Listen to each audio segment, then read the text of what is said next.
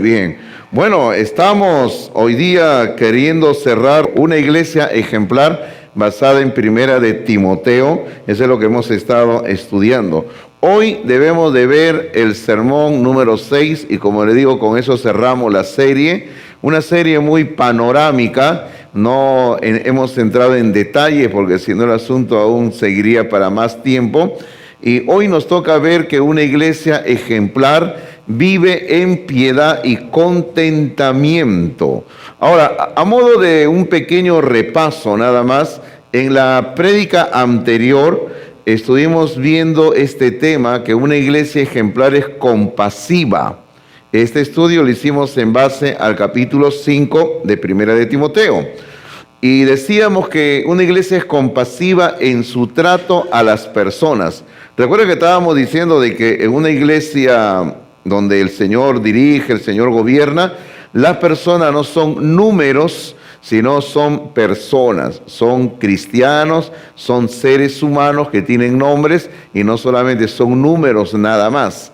Y estábamos viendo en base a 1 Timoteo capítulo 5 que hay 6 grupos de personas que debemos de considerar para trabajar en la iglesia local.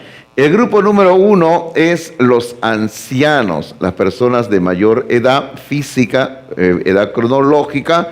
El segundo grupo son los jóvenes, personas mucho más menores en edad. El tercer grupo son las ancianas, y estábamos explicando el término ancianas en el contexto. Se refiere a personas de mayor edad física. No está hablando de las pastoras, por si acaso, porque en la Biblia no existen pastoras, no hay esa doctrina en la Biblia, por si acaso. Decíamos también, en base a este capítulo 5, que hay 3 grupos más. El grupo número 4 son las jóvenes. En nuestra Biblia inclusive dice las jovencitas. Hay que saber tratar a la jovencita. Dice que el líder tiene que tratar a las jovencitas, a las damas, a las señoritas, con toda pureza. Así dice la palabra de Dios. Y sobre todo hay que hacerlo así, hermano, porque decíamos que eso va a evitar el pecado sexual. Veíamos el grupo número 5, de que también en una iglesia no faltan las viudas, y es la sección más larga en el capítulo 5. Como ustedes pueden ver ahí en la proyección, va de los versículos 3 al 16, donde Pablo da pautas sobre cómo la iglesia tiene que tratar a las viudas. No vamos a repetir todo lo que hablamos, ya lo vimos eso hace un par de semanas. Luego, en este capítulo 5 se habla de los pastores. Realmente ahí la palabra que aparece, los ancianos. Por eso estábamos explicando la diferencia entre ancianos y ancianas. Porque aquí la palabra anciano se refiere a los pastores en cuanto... Ahora, ¿por qué ancianos? Porque es una referencia a la madurez espiritual que todo pastor debe de tener. No tiene que ver necesariamente con su edad física, su edad cronológica, sino se está hablando de madurez, de eso se está hablando. Y decíamos, en base a todo esto, de que una iglesia ejemplar tiene que saber cómo tratar, cómo trabajar con los diferentes grupos de personas que existen en toda iglesia. Pero hermanos, comenzando el capítulo 6, vamos a encontrar que acá hay un grupo número 7 que no tratamos porque pertenecía al capítulo 6, pero el grupo número 7 vienen a ser los esclavos. Capítulo 6, versículos 1 y 2, por favor, abramos la Biblia ahí, por favor. Capítulo 6, versículos 1 y 2 de la palabra de Dios, dice así: todos los que están bajo el yugo de esclavitud, ahí está, bajo el yugo de esclavitud, o sea, los esclavos, tengan a sus amos por digno de todo honor, para que no sea blasfemado el nombre de Dios y la doctrina. Y los que tienen amos creyentes, no los tengan en menos por ser hermanos, sino sírvanles mejor, por cuanto son creyentes y amados los que se benefician de su buen servicio. Ahora, hasta ese punto, lógicamente se entiende que Pablo está tratando de normar una situación que se daba en la cultura de aquel entonces, la esclavitud. Seres humanos en contra de su voluntad eran sometidos como esclavos durante el resto de su vida muchas veces. Ahora, pero también eso de en contra de su voluntad, hermanos, no era tanto así, porque habían personas que habían nacido como esclavos y cuando les daban la libertad, no querían ser libres, sino se querían quedar todavía como esclavos. Es como el otro día estaba viendo un programa donde estaban entrevistando a muchas personas que están presas, están en la cárcel por años, y decían de que no quieren salir. Queremos quedarnos aquí en la cárcel, decían, porque hemos vivido tantos años encerrados que si vamos a la calle no sabemos a qué nos vamos a dedicar, no sabemos si vamos a trabajar, a estudiar. Lo más usual es que van a volver a delinquir y van a volver otra vez a prisión. Algo así sucedía también en aquel entonces, y eso está tratado en la Biblia, en el Antiguo Testamento, donde los esclavos se les liberaba y la Biblia dice, si no quieren ser libres, entonces aceptan quedarse, y se les hacía una perforación en la oreja, aquí en el lóbulo del oído, ahí se les perforaba para como una señal de que voluntariamente se quedaban como esclavos. Bueno, entonces Pablo, en la cultura de aquel entonces, está normando este asunto sobre cómo deben de ser tratados los esclavos y también cómo los esclavos deben de tratar a sus amos. Ahora, observe usted, intencionalmente no lo hemos leído, las últimas palabras del versículo número 2. Pablo dice, esto enseña y exhorta. Hermanos, es una referencia a todo lo que Pablo ha estado desarrollando en los capítulos 1 al 5, donde él ha estado tratando una diversidad de temas. Básicamente, el tema que Pablo ha tratado en esta epístola, o sea, el tema central, es en cuanto a los falsos maestros, falsos predicadores, falsos siervos de Dios, gente que va a trabajar enseñando. Lógicamente, si son falsos maestros, van a enseñar falsas doctrinas, van a tener falsas enseñanzas de la palabra de Dios. Y ese es el tema central en esta epístola. Ahora, observe usted, y permítame otra vez decirle que al final del versículo 2 dice, esto enseña y exhorta. Ahora, observe usted la primera palabra del versículo 3, donde se conecta como un puente. Yo le llamo un puente. Dice, si alguno enseña otra cosa. O sea, Pablo aquí ya va a entrar a otro tema donde él va a comenzar a hablar de los falsos maestros. Y aquí Pablo va a presentar, en los versículos 3 al 5, va a presentar su última denuncia y acusación contra los falsos maestros. Como decía hace un momento, nunca van a faltar en todo lugar falsos maestros, falsos predicadores, falsos siervos de Dios que van a tener apariencia de que son hombres de Dios, pero no lo son.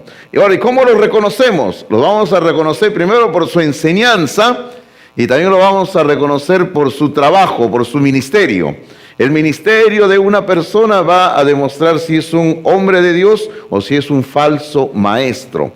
La palabra de Dios dice así en el versículo número 3, versículo 3 dice, si alguno enseña otra cosa y no se conforma, ¿a qué no se conforma? Si no se conforma primero a las sanas palabras de nuestro Señor Jesucristo. Y luego, y en segundo lugar, si no se conforma a la doctrina que es conforme a la piedad. ¿Ok, hermanos? Ahora, ¿cómo reconocemos un falso maestro? Porque sencillamente no acepta la palabra dicha por nuestro Señor Jesucristo y tampoco va a aceptar la doctrina que es conforme a la piedad. Si usted recuerda, cuando estábamos tratando el capítulo 1 de esta primera epístola, decíamos que la doctrina verdadera, la doctrina bíblica, bueno, y cualquier doctrina, hermanos, la doctrina siempre se va a traducir en una vida, en algo práctico. O sea, lo que usted cree de la Biblia, lo que usted cree de Dios, usted lo va a vivir, lo va a demostrar. Entonces, aquí Pablo está hablando lo mismo. Dice, la doctrina que es conforme a la piedad. O sea, la doctrina bíblica va a afectar nuestro estilo de vida, queridos hermanos. O sea, lo que nosotros aprendemos de la Biblia es lo que vamos a vivir en nuestra vida diaria. Eso es lo que dice la palabra de Dios aquí. Ahora, en el versículo número 4, Pablo sigue hablando de estos falsos maestros y dice que estos falsos maestros, dice, está envanecido. Una persona así está envanecida, o sea, es una persona arrogante. Nada sabe. Y una persona así, dice aquí la palabra de Dios, delira. Va a delirar. O sea, se dicen tres cosas en esencia de un falso maestro. Primero se dice que es una persona que está envanecida, o sea, es una persona arrogante. Se dice que es una persona que nada sabe, y luego se dice que esta persona está delirando. O sea, está hablando cosas sin saber, cosas sin sentido. Y dice que está delirando, seguimos leyendo el versículo 4, está delirando acerca de cuestiones y contiendas de palabras, de las cuales nacen envidias, pleitos, blasfemias, malas sospechas. Y el versículo número 5 continúa con esa lista de lo que estas personas son: disputas necias de hombres corruptos de entendimiento y privados de la verdad. Ahora, mire lo que dice al final del versículo 5, o la última parte del versículo 5 dice, que este tipo de personas toman la piedad, o sea, la creencia en Dios, la vida cristiana, toman la piedad como fuente de ganancia. O sea, mejor dicho, ¿cómo reconocer a un falso maestro? Porque es una persona que va a estar engañando a la grey para vivir a costa de la grey, sacándoles dinero, bienes materiales para su propio beneficio. Eso es lo que dice la palabra de Dios acá. La palabra de Dios es muy clara en decir que este tipo de personas toman la piedad como fuente de ganancia. O sea, van a enriquecerse a costas de la grey. No solamente van a enseñar lo que la Biblia dice en cuanto a las ofrendas, porque la Biblia enseña sobre las ofrendas, pero la Biblia también pone un ente regulador en cuanto a cómo deben ser manejadas y administradas las ofrendas. Pero este tipo de personas van a estar, lo que nosotros decimos, trasquilando a las ovejas. O sea, pidiéndoles dinero, exigiéndoles cantidades de dinero. Hermano, y hay congregaciones aquí en Lima que hacen eso. Líderes que enseñan eso. Que por ejemplo dicen, no, bueno, cada uno tiene que dar mínimo cada mes tanto de dinero. O lo juntan en grupos, lo que nosotros llamamos células. Y exigen que cada célula semanal o mensualmente tienen que dar cierto monto de dinero para el fondo de la iglesia. Y hermano, y el problema viene de que primero, de que la palabra de Dios enseña de que las ofrendas no debe ser algo exigido.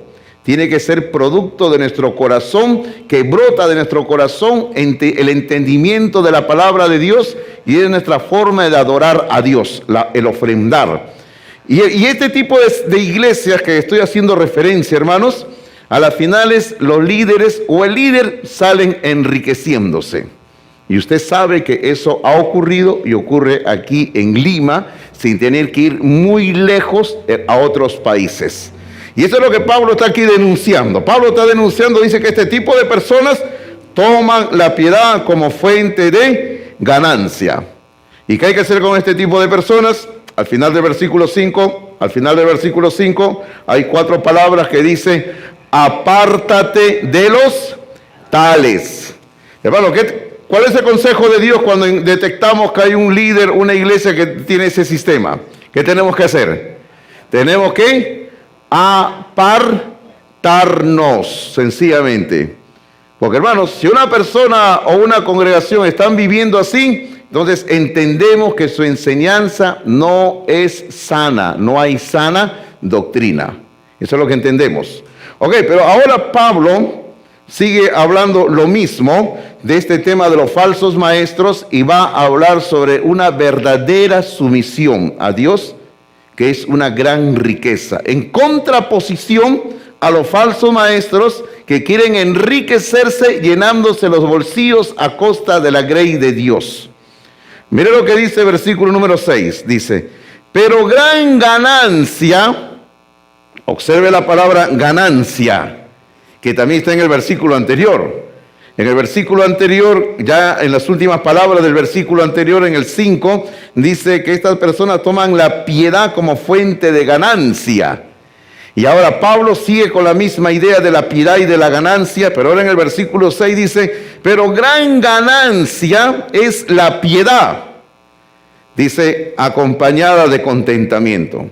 Hermano, entonces, mientras los maestros buscan enriquecerse a costa de la fe, la palabra de Dios aquí nos enseña en este versículo número 6 y los siguientes versículos hasta el 10, de que es mejor que tengamos ganancias, pero de acuerdo a la piedad. Y esa ganancia tiene que ir acompañada de contentamiento. Y el contentamiento, hermanos, es producto de un corazón agradecido a Dios. Eso es lo que entendemos nosotros. Ahora, nuestra ganancia, hermanos, es una gran riqueza. Eso es lo que dice aquí la palabra de Dios. Está hablando de una gran riqueza. Y hay 3 razones que vamos a mencionar por qué es mejor darle gracias a Dios por las riquezas de la piedad antes que andar pensando solamente en llenar los bolsillos de dinero. Mire usted que en nuestras Biblias el versículo 7 comienza con la palabra ¿por qué? El versículo 9 comienza la palabra con ¿por qué? Y el versículo 10 comienza también con la palabra ¿por qué? Ahora, ¿qué tiene que ver eso? Es que eso va a decirnos las razones por las cuales es la afirmación del versículo 6. En el versículo 6 la afirmación es: gran ganancia es la piedad acompañada de contentamiento. Ahora, ¿por qué? 3 razones. Y aquí las vamos a explicar así rápidamente. Los 3 por qué. Versículo 7 dice: porque nada hemos traído a este mundo y sin duda nada podremos sacar. Así que teniendo sustento y abrigo, estemos contentos con esto. Dígame usted, ¿es cierto o no? Es cierto. Lo que dice el versículo 7 es cierto. Hermano, nada hemos traído a este mundo y nada vamos a poder sacar. O usted se va a poder llevar con usted, vamos a decir, sus joyas.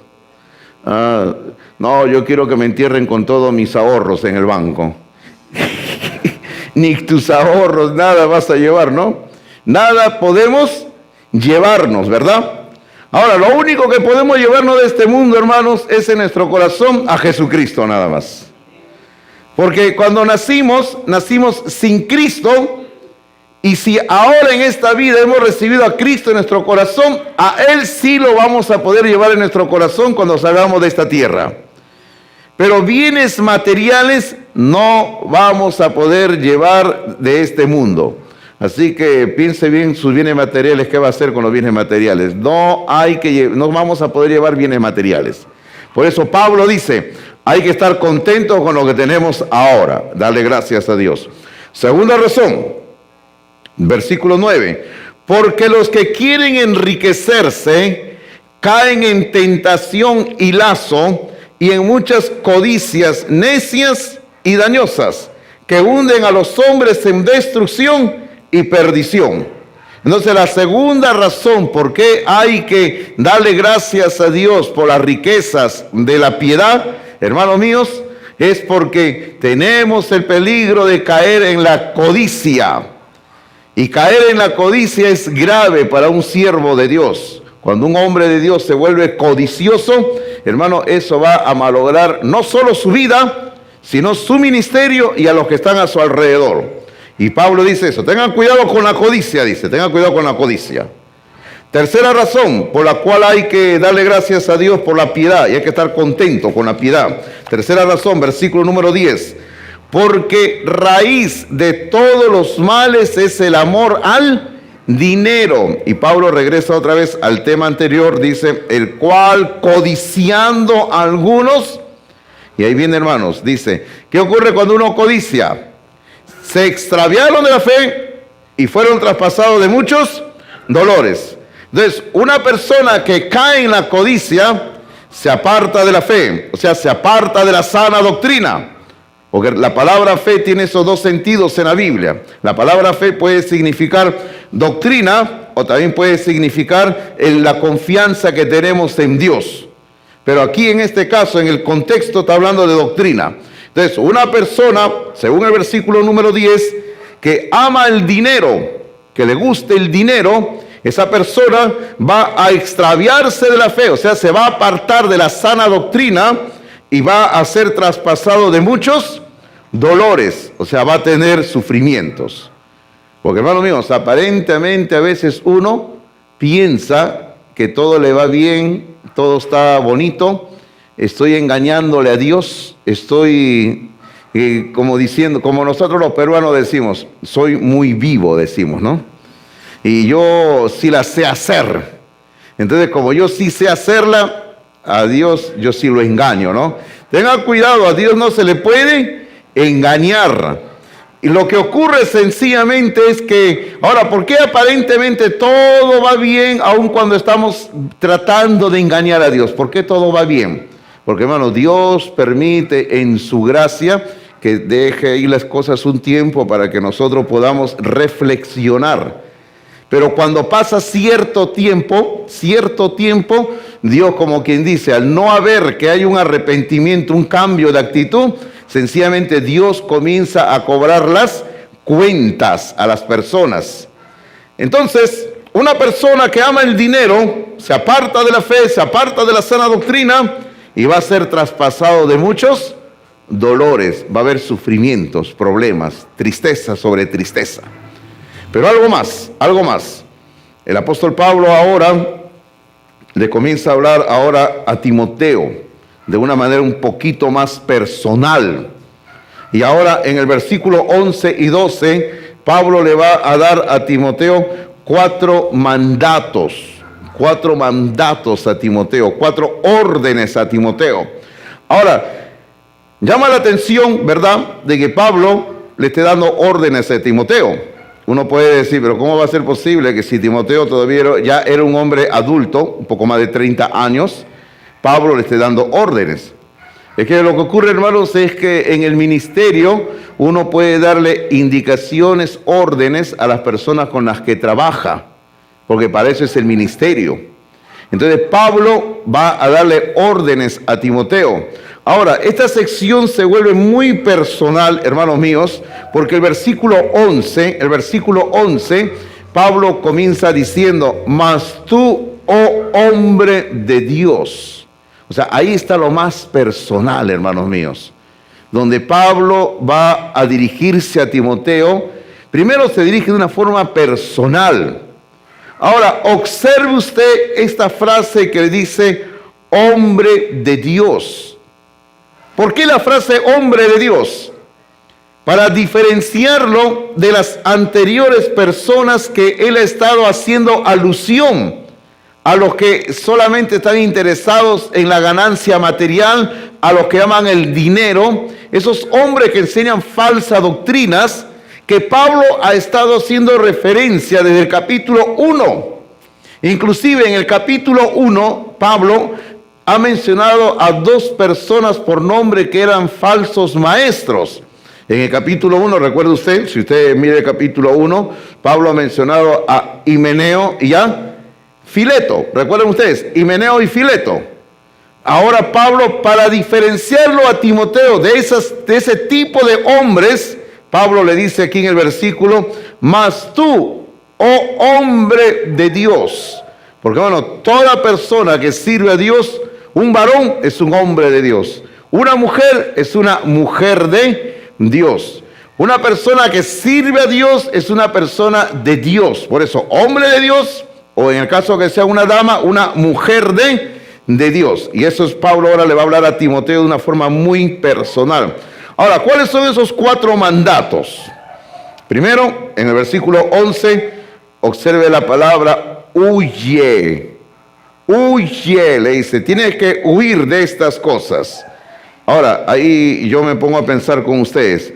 ¿A qué se refiere cuando Pablo le da una orden a Timoteo donde le dice, huye? ¿A qué se refiere?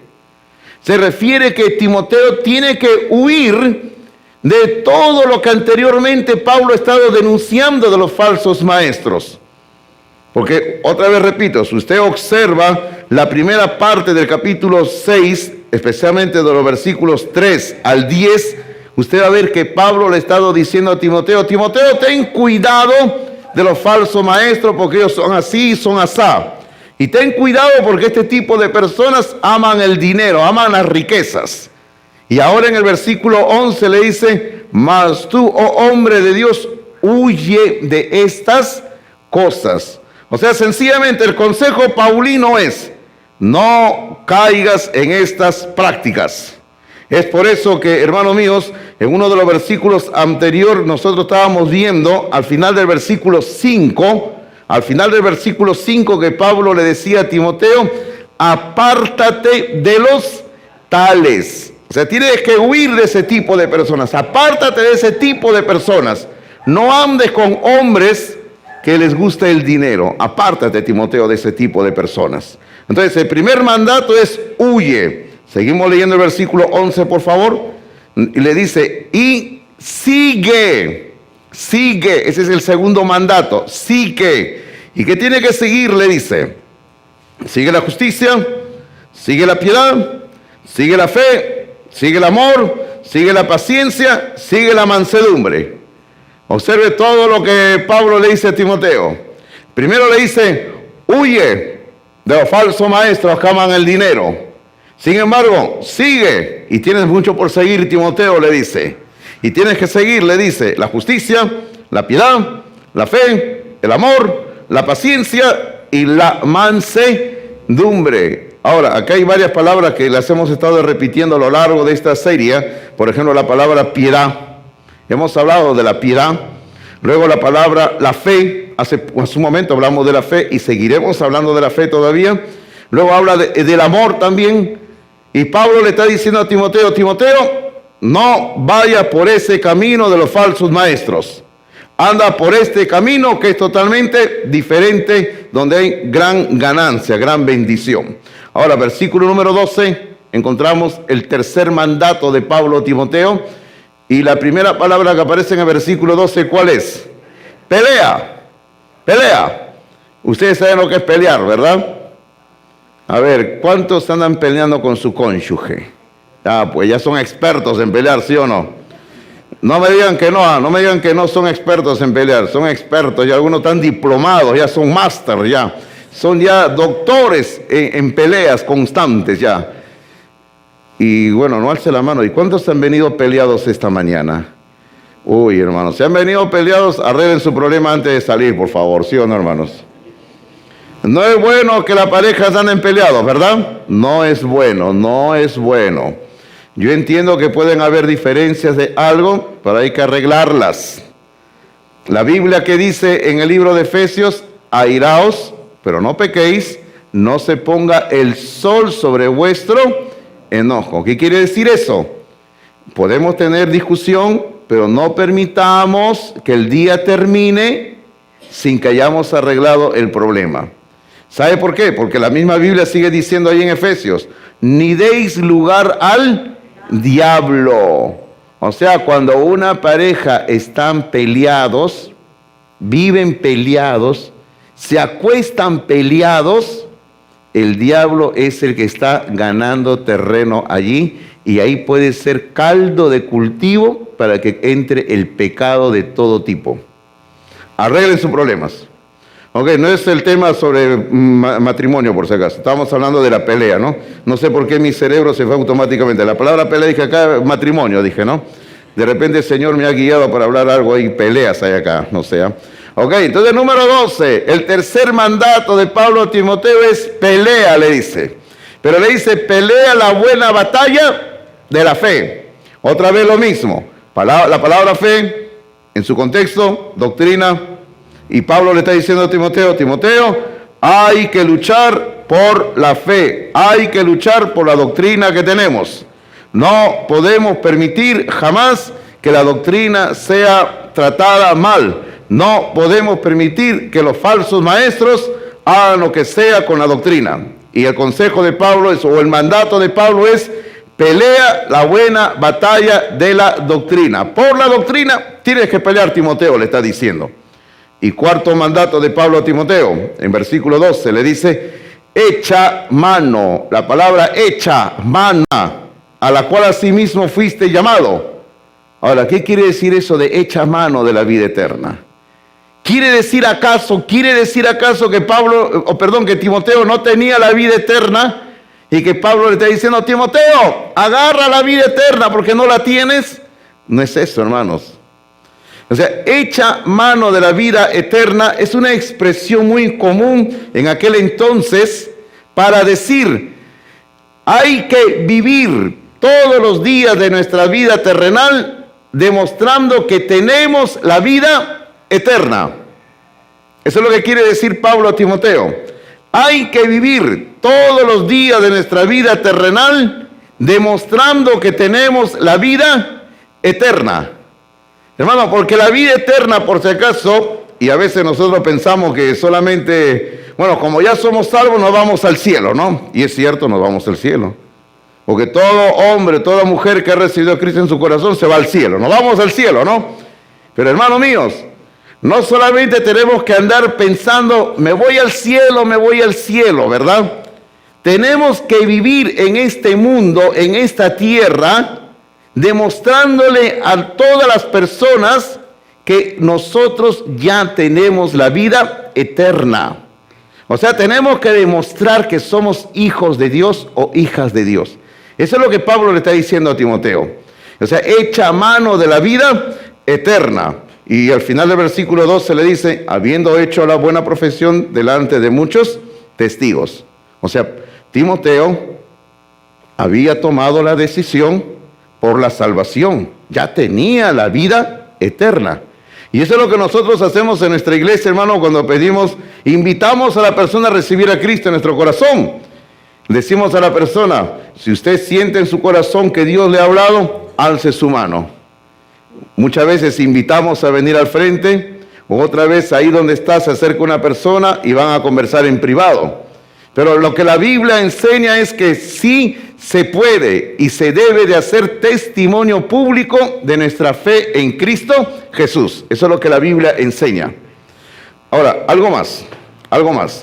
En el versículo número 13 en adelante, hermanos, Pablo le va a hacer lo que yo llamo un solemne encargo a Timoteo. Ahora, ¿por qué le va a dar un encargo? Porque, hermanos, Pablo sabía que ya estaba entrando a la última etapa de su vida. Porque un año después, Pablo le escribe la segunda carta a Timoteo. Y en la segunda carta a Timoteo, Pablo ya le dice, Timoteo, yo ya estoy para ser sacrificado, o sea, ya voy a morir. Ahora, un año antes, Pablo le comienza a dar pautas a Timoteo, porque Pablo sabía de alguna manera que ya iba a morir. Entonces, en los versículos 13 al 16, acá hay un solemne encargo.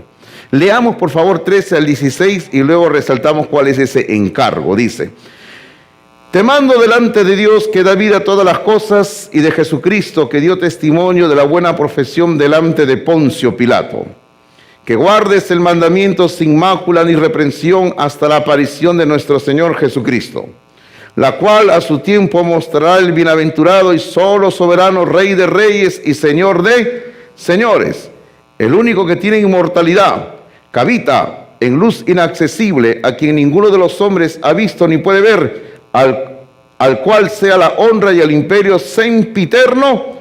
Amén. Ahora, el versículo 14 es donde encontramos nosotros el solemne encargo que Pablo le hace a Timoteo. Le dice que guardes, o sea, manténlo, presérvalo, cuídalo. O quizás una palabra debería ser atesóralo.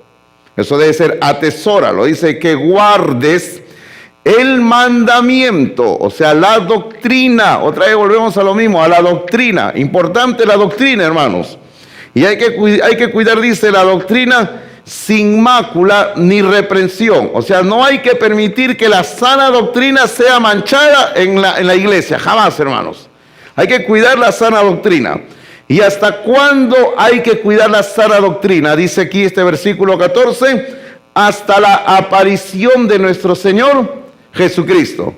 Hermanos míos, nuestro deber, por ejemplo, mi deber como pastor, sobre todo mi deber como pastor, nuestro deber como iglesia es cuidar la sana doctrina. Ahora, ¿hasta cuándo debemos de cuidar la sana doctrina, hermanos míos? Hasta la venida del Señor Jesucristo. Eso es lo que dice aquí el versículo 14. Dice, hasta la aparición de nuestro Señor Jesucristo. Bueno, por eso que nosotros tenemos que ser celosos en cuanto a la sana doctrina. Hace un tiempo un amigo me decía, Fernando, ¿cuándo me invitas a predicar a tu iglesia? Así me decía él, ¿ya? Y yo le decía, mira, somos amigos, nos conocemos muchos años, pero la verdad es que nunca te voy a invitar. ¿Y pero por qué? Me dice, es que tú perteneces a otro grupo que tiene otra doctrina, le digo. Y nosotros, le digo, mi iglesia no comparte tu doctrina, le digo. O sea, somos amigos, pero soy cristiano. Yo no niego eso, le digo. A mí no me toca juzgar jamás si una persona es un hijo de Dios o una hija de Dios. Ese es un asunto entre la persona ahí y Dios. Yo le digo, yo no digo eso, le digo que no seas cristiano. Yo te digo sencillamente, yo le decía a mi amigo, ¿no? De que tú tienes otra doctrina y yo tengo que ser celoso guardián de la sana doctrina que se enseña en la iglesia que Dios me ha encomendado. Me dice, pero yo te puedo invitar a ti. Ah, no, sí, le digo, yo puedo ir, le digo, puedo predicar la palabra de Dios hasta en el infierno, le digo. Porque la palabra de Dios es para proclamarla en todo lugar, le digo. Y si te invito, ¿vas? Sí, le digo, ¿cómo no? Bueno, hasta ahora no me invita, ¿no? Porque dice que primero quiere que yo lo invite a que venga a predicar a mi iglesia para que luego él me invite. Le digo, entonces, nunca iré a predicar a tu iglesia, le digo. Hermanos, tenemos que ser celosos en la sana doctrina. Y tenemos que cuidar la sana doctrina, según este versículo 14, hasta la aparición de nuestro Señor Jesucristo. Hasta ahí tenemos que cuidar la sana doctrina. Pero, hermanos, Pablo sigue dándole pautas a Timoteo. Recuerda que es una sección muy personal. Y ahora en los versículos 17 al 19, Pablo le va a hablar a Timoteo sobre los ricos, sobre la gente que tiene dinero, sobre lo de Palmas Reales, ¿verdad, hermanos? Antes que yo viniera a trabajar acá a Palmas Reales, cuando el pastor Oliver me decía, ¿no? Fernando, Palmas Reales para pastorear, ¿no? El pastor Oliver presente. Y yo entre mí decía, ay, pero esa iglesia es de gente millonaria, decía yo, ¿no? Ahora que estoy 26 años acá, no me digan lo que tengo que decir, ¿ya? Pero lo único que somos millonarios es espiritualmente, ¿verdad, hermanos? En el Señor, ¿verdad? Así es. Así que, hermanos, hay pautas para los ricos en la palabra de Dios. Ahora, antes de leer las Escrituras, yo quiero sencillamente hacer una pregunta retórica, o sea, no espero una respuesta de ustedes, sencillamente la pregunta ¿es malo ser rico? No es malo ser rico. Si usted pregunta, ¿usted quisiera ser rico? Yo le digo, sí, yo quisiera ser rico, le digo, yo sí quisiera ser rico. Le digo, bueno, soy rico en el Señor, ya espiritualmente soy millonario con el Señor, ¿no? El único problema es que tenemos a la SUNAC nada más, ¿no? Ya, y la SUNAC acá cerca tiene unas oficinas con su eslogan. ¿Ustedes han visto cuál es el eslogan de la SUNAC? Dice, cada vez más cerca de ti, dice. Ya dan miedo, ya, ¿verdad? Ahora la SUNAC nos cobra de todo, ¿verdad? Bueno, no pretendo quejarme, sino que hay que cumplir con nuestros impuestos, ¿verdad, hermanos? Si usted tiene un negocio, pague sus impuestos. Y si usted recibe dinero, pasa de cierto monto mensual y anual, pague sus impuestos, ¿verdad, hermanos? Tenemos que pagar nuestros impuestos al gobierno porque eso enseña la palabra de Dios. Ahora, ¿es malo ser rico? No es malo ser rico. Si usted por su negocio tiene buen dinero, qué bien, lo felicito, ¿verdad? Si usted de repente por herencia ya sea de los abuelos, de los padres, de otro familiar, tiene dinero, lo felicito, tenga dinero, muy bien. Ahora, ¿cuál es el problema con las riquezas? Ahora, según lo que vamos a leer y según lo que ya hemos estudiado, es que cuando las riquezas controlan el corazón de una persona, cuando las riquezas controlan lo que Pablo en el versículo 10 llama el amor al dinero, cuando nos controlan, las riquezas llevan que nos apartemos de Dios. Así hace el dinero, hermanos. Cuando las riquezas nos controlan, nos llevan a apartarnos de Dios. Eso es lo que hemos leído en el versículo 10. Habla de apartarse de la fe. Habla de ser traspasado de muchos dolores. Entonces, el ser rico no es nada malo. O sea, si usted tiene dinero o puede llegar a tener dinero, muy bien, hágalo. Pero no se olvide de Dios. No se olvide de Dios. Cuando uno comienza a entrar al mundo de los negocios y comienza a ganar dinero, hermano, uno deja de leer su Biblia, uno deja de congregarse, uno comienza ya a faltar los domingos a la casa de Dios, ¿no? Uno se olvida de la iglesia, ya no tengo tiempo, el negocio, el trabajo, tengo que invertir, tengo que trabajar. Y hermano, y ese es el problema, cuando las riquezas nos controlan. Entonces Pablo, sabiendo que en la iglesia donde estaba Timoteo había gente con dinero, Pablo le dice lo siguiente, para los ricos. Versículo 17 dice, a los ricos de este siglo, o sea, a los ricos de este mundo, en este mundo que estamos viviendo, dice, manda que no sean, ¿qué hermanos? Altivos. Hermanos, ¿qué cosa quiere decir la palabra altivos? Orgullosos, arrogantes, y soberbio, lógico. Ahora, y cuando uno es una persona altiva, arrogante y soberbia, es una persona que sencillamente se ha olvidado de Dios. Porque eso es lo que dice. Si seguimos leyendo, dice, a los ricos de este siglo manda que no sean altivos, estoy leyendo el versículo 17, ni pongan la esperanza en las riquezas, las cuales son inciertas. Entonces, no hay que tener la esperanza en las riquezas, sino dice, sino en el Dios vivo, que nos da todas las cosas en abundancia para que las disfrutemos. Ahí está lo que dice la palabra de Dios.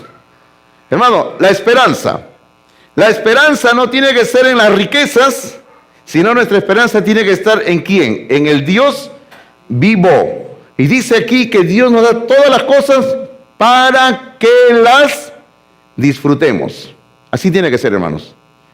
Hermanos, a veces nos pasamos toda una vida ahorrando, guardando dinero, porque queremos tener dinero. Pasan los años y no hemos disfrutado de los bienes que Dios nos ha dado. ¿Para qué, hermanos? ¿Para qué? O a veces nos pasamos toda una vida construyendo una casa o unas casas y no disfrutamos de nuestro dinero. No viajamos, no comemos, no nos vestimos bien. Y no disfrutamos de lo que Dios nos da. Hace años yo a una pareja les estaba dando consejos, hace como 20 años, ellos me estaban consultando qué hacer con su casa. Y una idea que ellos tenían el problema que ellos veían era que en sus hijos habían problemas ya, por la casa. Y ellos me decían, pastor, ¿está bien que vendamos la casa y que con ese dinero disfrutemos? Háganlo, le dije yo. Háganlo, es su casa. Y si ustedes dos están de acuerdo, ya personas mayores, disfruten. Y hermano, y así lo hicieron. Ay, usted viera cómo los hijos me odiaban después a mí. Yo no fui el de la idea. Ellos ya tenían la idea. Solamente me dijeron si estaba bien lo que querían hacer. Entonces le dije, háganlo y disfrútenlo. Hermano, ellos vendieron su casa. Hermano, se fueron a vivir a un lugar mucho más pequeñito. Tenían buena cantidad de dinero y comenzaron a viajar por el Perú, se fueron al extranjero, se compraron su buena ropa, comenzaron a disfrutar, hermanos, y así han pasado. Eso fue hace 20 años y ya hace un tiempo atrás uno de ellos partió la presencia de Dios. Pero hermanos, usted disfrute de lo que Dios le da, ¿verdad que sí? Así es. ¿Y dejemos algo para nuestros hijos? Sí, dejemos, pero disfrute con lo que Dios le da. Ahora, ¿qué más hay que se le enseña a Pablo a los ricos? Dice el versículo 18, dice, enséñale a los ricos que hagan bien Hay que hacer bien, hermanos. Ahora que viene Navidad hay que hacer bien. A veces solamente en Navidad pensamos en la gente humilde, ¿no? La gente que no tiene. No, y está bien, está bien. No digo que no piensen los pobres, hay que hacerlo. Pero como dice la palabra de Dios en el libro de Gálatas, a los pobres siempre los tenemos con nosotros. Siempre, siempre hay pobres, siempre hay necesidad. No solo en Navidad, por si acaso. Dice, que hagan bien, que sean ricos. Ojo, no ricos en dinero, sino hay que ser ricos en, ¿qué dice? En buenas obras. Hay que ser ricos siendo dadivosos. Hay que ser ricos siendo generosos. Hay que atesorar, no solo dinero, dice, sino hay que atesorar para sí buen fundamento para lo porvenir. Y otra vez una frase que encontramos versículos más arriba, en el versículo número 12. Dice esta frase que dice, que echen mano de la vida eterna. O sea, ¿qué era lo que explicábamos? ¿Recuerdan esa frase? Que con su vida, en su vida diaria, con su vida, que demuestren que ya tienen la vida eterna que Cristo les ha dado. O sea, que demuestren en su diario vivir que son hijos de Dios, hijas de Dios. Hermanos, si usted es rico, si usted tiene, gracias a Dios, sus bendiciones materiales, entonces usted debe de demostrar en su vida que Dios gobierna en su corazón. Terminemos esta epístola, hermanos, porque el tiempo nos gana, ¿verdad? Versículos 20 y 21, Pablo va a cerrar toda esta epístola dándole algunos consejos finales a Timoteo. Le dice, oh Timoteo, guarda, o sea, otra vez guardar, otra vez cuida la doctrina, esa es la referencia. Guarda lo que se te ha encomendado, evitando las profanas pláticas sobre cosas vanas y los argumentos de la falsamente llamada ciencia. Hermanos, existe una falsamente llamada ciencia. Ok, no quiere decir de que toda ciencia sea falsa. Hay una ciencia verdadera, hay una ciencia correcta, pero hay una ciencia falsa. Ese es otro tema, en otra ocasión. Versículo 21, dice, hablando de esa ciencia, dice, la cual profesando algunos, ¿qué ocurrió? Se desviaron de la fe. Ya, la gracia sea contigo. Amén. Hermanos, otra vez, observe usted desviarse de la fe. Algo que Pablo en el versículo 10 dijo lo mismo sobre el dinero.